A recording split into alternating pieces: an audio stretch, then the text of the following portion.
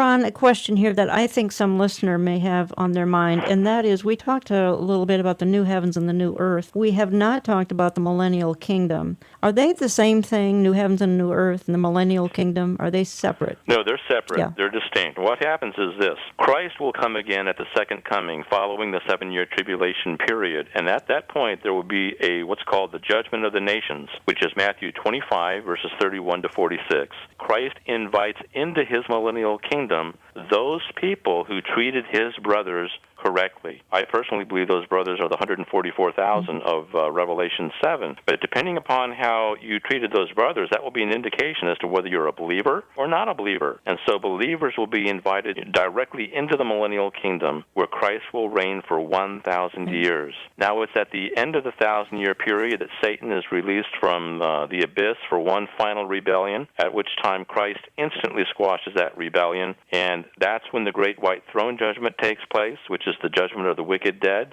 And it's after that, Jan, that God creates the eternal state. And the eternal state is what we've been talking about up until the present moment. Okay. The eternal state is talking about the new Jerusalem on the new earth, which exists in the new heavens, which God will create. And that's going to be the dwelling place of Christians for all eternity. Well, we're going to get to the great white throne judgment, and that may end up being the last segment of the program, because where I want to head now so that we have enough time to cover it. And most listeners know that there's been some controversy over the years with what's called near-death experiences. And I'm going to play a soundbite here. It's a 3-minute bite of Dr. Mary Neal. If anybody's convincing, this woman is. She's an orthopedic surgeon, and she went to heaven and came back to earth. And then I'd like to discuss this at least probably for the balance of this segment. I'm an orthopedic surgeon. I analytically was thinking, well, feels like my tibia probably broke, but I wasn't screaming. I didn't have pain. I didn't have fear. I didn't have that sense of ear hunger. I know I've been underwater too long to be alive, yet I feel more alive than I've ever felt. And this is more real than anything I've ever experienced. As my body broke free from my boat, I felt my spirit break free from my body, and I rose up and out of the river. Mary looked down on the river as she left her body. Then she was met by a group of heavenly beings. They were absolutely overjoyed to see me and greet me, and I them. I knew that they had known me and loved me as long as I existed, and I knew that I had known them and loved them, and I knew that they had been sent by God. They began taking me down this exceptionally beautiful path that was brilliant, and they were taking me toward this great domed structure of sorts that not only was exploding with beauty and color, but it was exploding with this absolute love of God that was beyond anything I could ever describe or ever truly explain. And I could hardly wait. I was absolutely overwhelmed by this sensation of being home, of being where I belonged. But just as quickly, there was this sense of disappointment that descended on everyone. And the spirits who had taken me there told me that it wasn't my time, and I had more work to do on earth, and I had to go back to my body. After what seemed like hours with her heavenly host, Dr. Neal returned to the river and watched as her friends recovered her body. I could see my body being pulled to the shore, and I could see the guy start CPR. I felt like he was looking right at me and begging me to come back and take a breath. And I laid down and I was reunited in the middle of a very remote part of South America.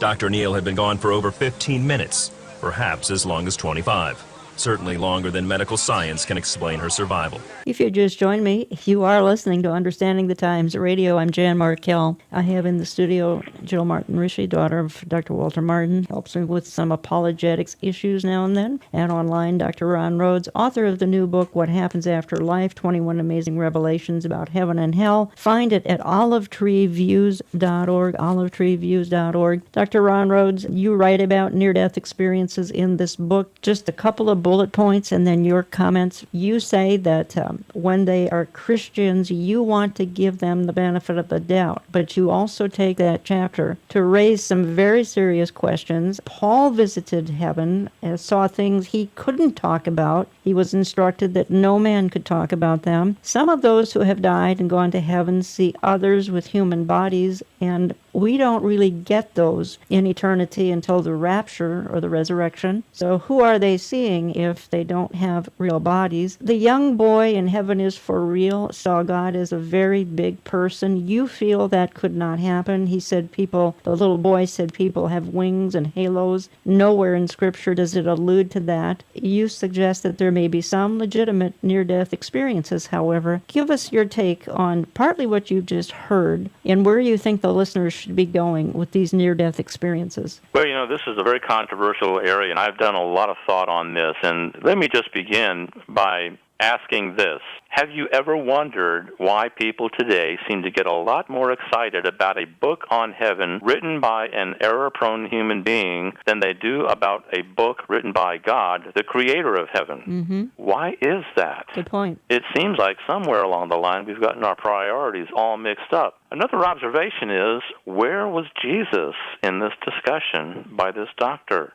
Paul said in Philippians 1:21-23, I desire to depart and be with Christ. 2 Corinthians 5:8 tells us that to be apart from the body is to be at home with the Lord. In other words, Jesus is the crowning feature of going to heaven. He's the one that we see face to face upon the moment of death. So where was Jesus in this account? I do want to emphasize that verse that you mentioned, Jan, that's 2 Corinthians 12, verse 4, where Paul was caught up to heaven. Mm-hmm. That's the highest heaven or God's dwelling place, and while there, he heard things that cannot be told, which no man can utter. Now, that's generic there. That means women, too. No man or woman is allowed to utter this stuff. So I just wonder, why was Paul forbidden to discuss what he saw in heaven when we have all of these best-selling New York Times, top 10 books that talk about what people saw in heaven? I cannot help but go back to what I've said several times, and that is that we must always test experiences against the pages of Scripture, just like the Bereans did in Acts 17. You mentioned that I want to give the benefit of the doubt to Christians on the right about this stuff, and that's true. That. I don't want to call them a liar,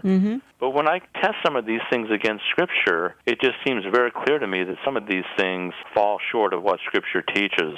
Some of these books actually have contradictory revelations. It's not just contradicting the Bible, but contradicting what others have said in some of these books. And you've got people talking about bodily features of loved ones, like one person is said to have a big banana nose. We don't have our bodies yet. I know. We don't get our bodies until the future day of the rapture. So if you were to go to heaven right now today, you would not see any Christian who has a resurrection body at this time. And I think also, in terms of halos, for example, did you know that halos did not even emerge until the 4th century in Christian art?